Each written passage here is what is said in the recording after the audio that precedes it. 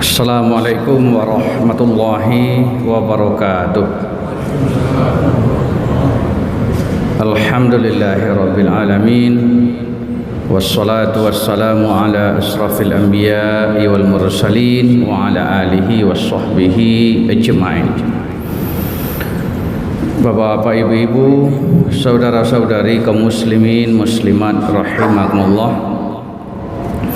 Alhamdulillah, insyaallah 3 hari ke depan kita akan memasuki Idul Adha atau yang disebut dengan nama lain Idul Kurban, kembali berkurban. Kenapa dikatakan Idul Kurban?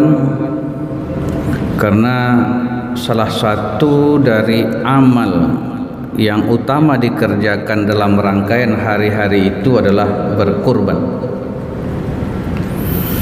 Kurban termasuk ibadah yang sudah sangat tua. Di zaman Nabi Adam, Qabil dan Habil disuruh oleh Allah berkurban. Kurban Qabil ditolak oleh Allah, kurban Habil diterima oleh Allah. Karena Habil memberikan yang terbaik yang dimilikinya, sedangkan Qabil memberikan sisa-sisa atau yang buruk-buruk yang dimilikinya untuk dikurbankan. Pada zaman Nabi Ibrahim, kurban disyariatkan lagi dengan perintah mengkurbankan Ismail. Itu adalah kepatuhan totalitas kepada Allah Subhanahu wa ta'ala. Ibrahim yang hanya memiliki 1 anak waktu itu, Ishak belum lahir, diminta untuk mengkurbankan satu-satunya. Kepatuhan total menomorsatukan Allah menyebabkan Ibrahim dan Ismail rela melaksanakan itu. Ini barangkali pada kondisi Covid yang melanda ini, ekonomi kita ambruk, mungkin dalam skala kecil perasaan yang dimiliki Ibrahim itu juga ada pada kita. Berkurban apa tidak? Tabungan tinggal sedikit, kan begitu. Ketika itu dihadapkan kepada Ibrahim, anak satu-satunya, korbankan. Kalau kita sampai kepada mentalitas seperti Ibrahim, ketawakalan seperti Ibrahim, mungkin itu akan mendorong kita kurban meskipun dalam keadaan sempit. Kurban itu, Bapak Ibu, artinya kedekatan atau mendekatkan diri kepada Allah. Qaruba yaqrabu kurban atau kurban, taqarrub ila Allah. Kenapa dikatakan kurban itu mendekatkan diri kepada Allah? Minimal ada 3 alasannya. Pertama, ada sebuah hadis Nabi. Rasulullah bersabda, pendekatan diri hamba kepada Allah yang dicintainya adalah dengan cara mengerjakan perintah-perintah wajib. Apabila hambaku menambahnya dengan amalan sunat, maka dia menjadi orang yang aku cintai. Jadi Bapak Ibu, saudara-saudari, kalau ingin mendekatkan diri kepada Allah, salah satunya kerjakan yang wajib-wajib. Salat, zakat, puasa, haji dan sebagainya. Itulah cara pendekatan terbaik, kata Allah. Tapi kalau hambanya menambahlah dengan yang sunat-sunat, padahal itu tidak diwajibkan, dia menjadi hambaku yang aku cintai. Karena hanya orang-orang yang mau lebih dekat dengan Allah, lebih disayang oleh Allah, yang mau rajin melakukan ibadah-ibadah sunat. Kurban ini menurut para ulama 3 mazhab hukumnya sunat. Walaupun menurut mazhab Hanafi hukumnya wajib. Wajib bagi orang yang sudah memiliki harta satu nisab, sekitar 45 juta. Kumpulkan uangnya, tabungannya, emas yang bisa dijual segera, terkumpul 45 juta totalnya. Tanyakan kepada mazhab Hanafi, apa hukum saya berkorban? Anda wajib berkorban, kalau tidak berdosa. Nah, itu. Tapi 3 mazhab lain mengatakan sunat. Tapi standar daripada kemampuan berkorban itu rendah bagi 3 mazhab ini. Apa itu?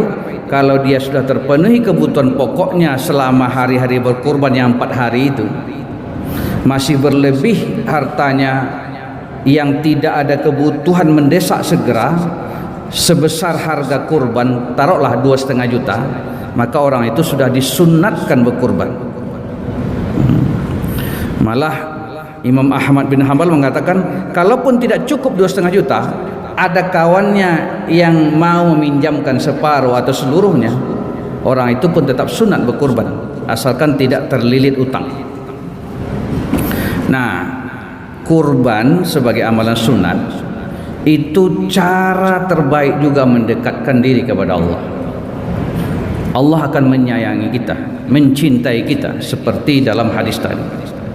Itu yang pertama alasannya. Yang kedua, kenapa kurban itu mendekatkan diri kepada Allah? Kaum muslimin rahimakumullah, sesungguhnya semua hamba itu dekat dengan Allah karena Dia yang menciptakannya. Tapi sebahagian hambanya tetap dekat kepada Allah, sebahagian lagi menjauh. Apakah faktor yang menjauhkan hamba itu sehingga lari dari kedekatannya kepada Allah? Yang paling hebat itu adalah harta. Harta itu yang menjauhkan diri kita kepada Allah. Karena sibuk mencari harta, kita kadang-kadang lupa waktu untuk menghadap zat yang memberikan harta itu. Sudah terkumpul harta, kadang-kadang kita lupa berbagi kepada perintah yang memberikan harta itu. Zakatkah, infakkah, sedekahkah? Karena sibuk mempertahankan harta, tidak mau terpanting kepada orang lain, kita menjadi kikir, jauh dari Allah. Itu yang disebutkan dalam Al-Quran, wa tuhibbunal mala hubban jamma. Mereka mencintai Allah, mencintai harta dengan sangat berlebihan. Ya. Wa innahu lihubbil khairi lasyadid. Mereka itu tidak bersyukur gara-gara saking cintanya kepada harta, tidak mau lepas dari hartanya itu, tidak mau berpisah sebahagian pun, tidak mau. Memproteksi, mempertahankan harta itu. Timbul kikir, timbul diperbudak oleh harta dan jauh dari Allah. Dan kecintaan manusia kepada harta itu tidak akan pernah lepas, tidak sampai, kata hadis, manusia itu akan tetap rakus kepada harta, tidak akan pernah puas sampai mulutnya disumpal oleh tanah, artinya sampai mati. Adakah kita yang pernah patah selera kita kepada harta? Tidak pernah itu. Tidak pernah. Nah, itu godaan paling besar. Kata Nabi, setiap umat ada godaan, ada fitnah, ada cobaannya. Fitnah bagi umatku adalah harta. Nah, karena itu kaum muslimin rahimakumullah, salah satu cara kita untuk menyibakkan penghalang kita dengan dekat kepada Allah itu, kendala-kendala kedekatan kepada Allah itu harta itu, yaitu membenahi sikap dengan harta. Ketika semua sudah cukup, makan ada, rumah ada, pakaian ada, anak tetap sekolah, lalu ada yang nganggur nih, harta 2,5 juta, diminta oleh Allah, korbankan. Fasholli li rabbika wanhar. Aku telah memberikan kepada kamu nikmat yang banyak. Inna a'tayna al-kautsar. Fasholli dirikan sholat li rabbika, untuk Tuhanmu, wanhar, berkorbanlah. Di situ berkecamuk perasaan kita, mau berkorban apa enggak. Di situ akan kita rasakan harta itu menjadi penghalang kedekatan kepada Allah. Ada berkecamuk perasaan ingin berkorban atau tidak. Kalau akhirnya kita putuskan berkorban kalau mampu ya, maka itu berarti kita terdidik bersikap dengan harta, sang penjauh kita dari Allah. Nah, ini makanya kurban dikatakan mendekatkan diri kepada Allah, karena kita terbiasa memotong harta kita itu dengan sukarela, dengan sukacita, dengan penuh ketaatan, agar harta itu tidak menjadi faktor penjauh kita dari Allah Subhanahu wa taala. Itu yang kedua alasannya. Yang ketiga, yang terakhir, kurban itu kenapa dikatakan mendekatkan diri kepada Allah? Karena dengan kurban kita berbagi dengan orang lain.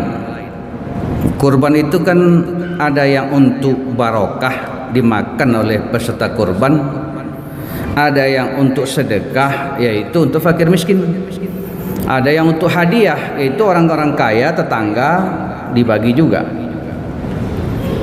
Itu menimbulkan kedekatan dengan manusia. Kalau kita dekat dengan manusia, akan dekat dengan Allah. Irhamu man fil ard yarhamkumullah, ya yarhamkum man fis sama. Berkasih sayanglah dengan yang ada di bumi, maka yang di langit akan menyayangimu.